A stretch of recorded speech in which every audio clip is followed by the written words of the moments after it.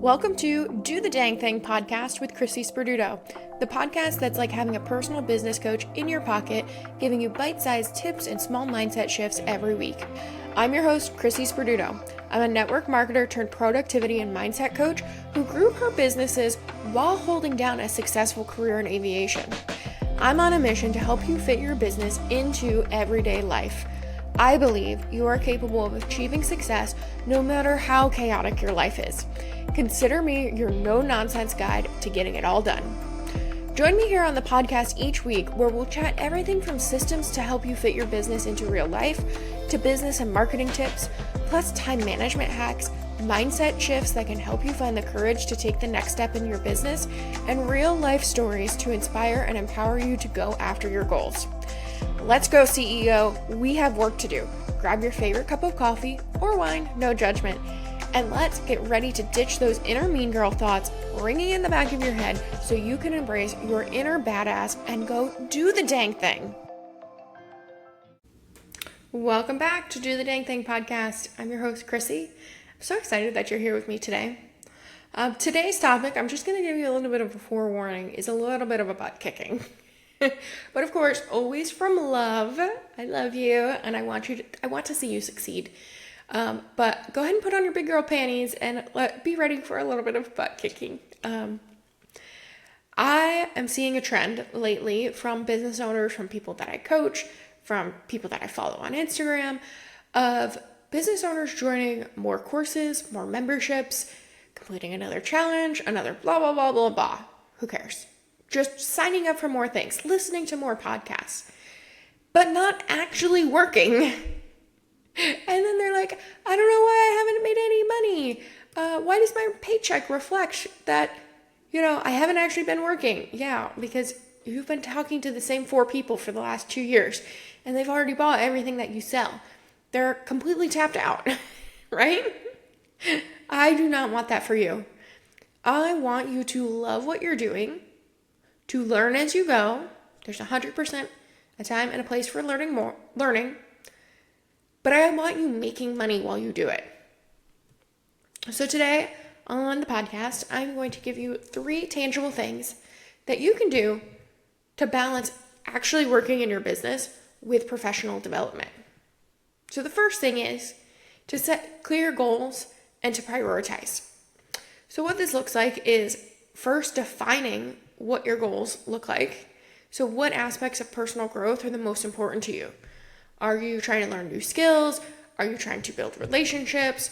Are you trying to launch something specific? Set aside a specific goal that's measurable for these areas. For example, I'm going to launch a podcast on October 1st. I am going to learn how to blog by November 1st. I am going to learn how to effectively market in my stories by September 15th. Then set aside and figure out what tasks align with those goals. So if you're trying to learn how to sell in your stories, the tasks might be attending a story workshop, or participating in a stories challenge, or buying a course and going through the course materials. And then prioritize the tasks. So create a priority list of these are the things that need to be done right now, and these are the things that can wait. Because when everything is a priority, nothing is. And so it might be, hey, for this week, my priority is to watch these 2 video lessons. Next week, it's to watch these 2 video lessons. And then by September 15th, I will have watched everything inside the course that I'm taking. But if we just sign up for all these courses and we never set a goal of, we never figure out what to prioritize, like what do I actually need to do to implement this, and set aside, the priority list of this is how we're going to get it done, of course you're not getting through the material. The second tangible thing that you can do to balance working with professional development is to create a balanced schedule. So this looks like blocking out time for personal growth, okay? You want to schedule time each week for personal development, such as reading, attending workshops, going through that list of courses that you've already purchased, and the rest of the time, stop thinking about personal growth. You can get into work mode and work. Because when you have dedicated time to work and dedicated time for growth, they can both get your attention at the specific times. But I see so many business owners only prioritizing growth, not realizing that professional development is not an income generating activity. There is a time and a place for growth, but do not let it take over your entire week. Okay? It needs to balance into your week. And then I also want you to look and see where you might be able to integrate your growth into your everyday routine that's not taking away from your work time. So this looks like finding time to incorporate your growth into your daily activities. For example, listening to podcasts during your commute or when you're on a walk. I think that's the most tangible way is podcasts. I say on my podcast. You see what I did there? And then the third thing that you can do to fit working your business and professional development together is to reflect and adjust regularly. I suggest that you do this at the end of every week. Look and see how you did with progress in both personal growth and work tasks. See what's working well and what might need some adjustments. And if you do this every week, we're just making small tweaks and it's not that big of a deal. If you wait until the end of the month or the end of the quarter, it might be like, oh, I really didn't do a good job of any sort of professional development this quarter. Maybe we need to adjust that. But if you had been doing it every week, you would have seen that, and that would have been really obvious early on. The next thing that you can do is adjust your goals and your strategies. So based on what your reflections are telling you, what your weekly review says, you can adjust your goals and strategies as needed. And flexibility here is really the key to maintaining the balance and adapting to changes in your personal or your professional life. And then finally, celebrate your successes. So celebrate your achievements in both in your work life and in your professional development life, okay? We've talked before about how important it is to celebrate often, celebrate regularly, and tell your brain that it is working. So when you recognize the success that you've had in both your personal growth and your work, it's going to show you just how much progress you made and how amazing you are. So to recap, the 3 things that you want to do to help you balance work and professional development. 1, set clear goals and prioritize. 2, create a balanced schedule. Balance work with professional development. And 3, reflect and adjust regularly. Okay?